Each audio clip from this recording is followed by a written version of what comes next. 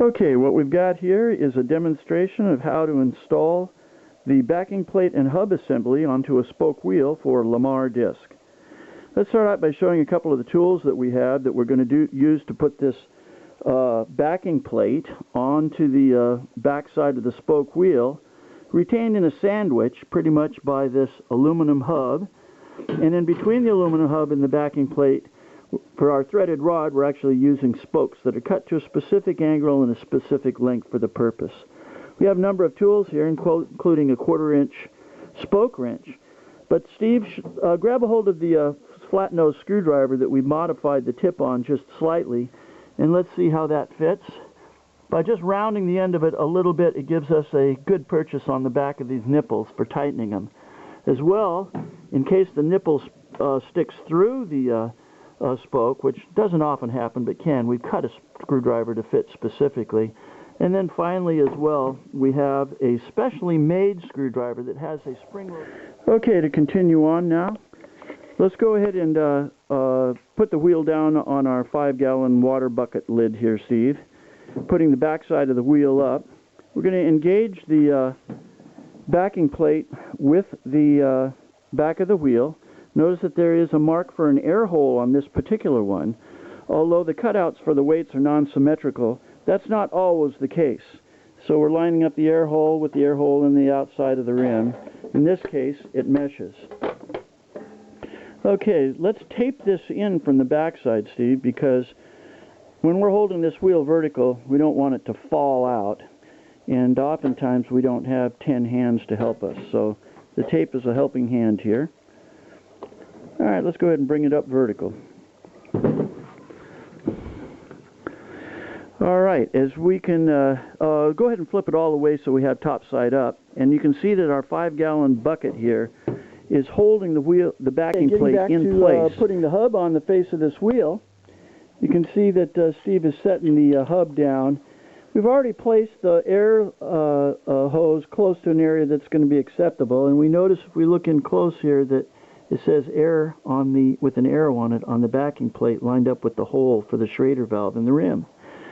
We've also got the numbers corresponding to each one of the holes lined up with the numbers that correspond to it in the raised bosses that our spoke nipples will be retained in. So the next thing is to put the spokes in, and we have to put them all in right now, otherwise we may have to force the tip of it through the tangle of spokes.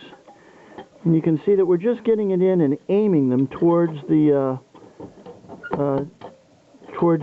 receptacle on the other side. This particular pattern is a non-symmetrical pattern and is a little bit more difficult than the symmetrical patterns. But in this case, every spoke has a corresponding nipple. And again, they all have to be set up now. So now that he's got those in, we're going to have to set this thing upright.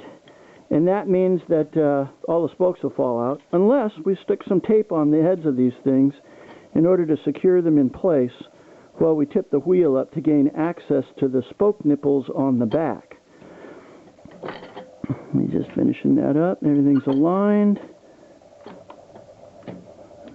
Okay, Steve, let's set this wheel upright on our 5-gallon plastic lid with the back towards this side so that we can gain access to the back for the camera.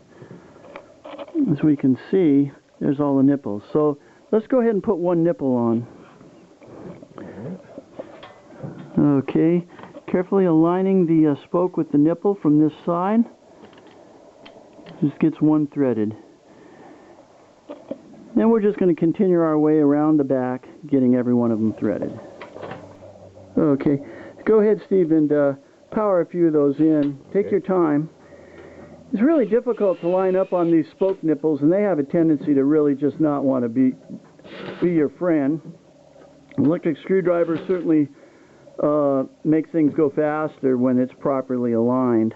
But you pretty much have to aim right the same direction the spoke is aimed in order to maintain contact with your screwdriver. In any case, we're going to go all the way around and snug all of these up until the wheel cover is drawn down tight against all the spokes evenly.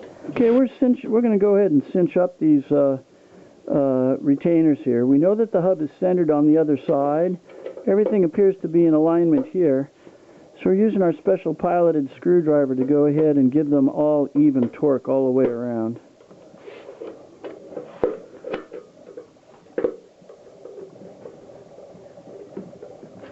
We actually have a 1/4-inch spoke wrench to help us from the other side. There's so many spokes in there, it's hard to get it down in there, but the nature of the 1/4-inch spoke wrench is such that it has such a long mouth on it, it can reach in at a pretty steep angle and still give it a cinch in case that need be the case. But our little piloted tool here is doing a pretty good job. We can pretty much tell how tight to go on these because the edge of the backing plate is drawn down evenly around the perimeter of this inner hub. Once it's all drawn evenly and pretty snug, we're there. Okay, so as you can see, we have the completed backing plate installed in the wheel cover. All of the fasteners are below the level, so there's no brake drum interference when this bolts up. The backing plate is below the surface level of the back of the hub.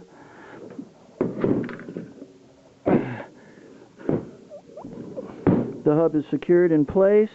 The airline is located to be able to fasten to your Schrader valve and then come through the wheel cover, where it comes with a kit of chrome-plated nuts and bolts to give the final look. Of course, that air hole is located in different areas on different disc designs.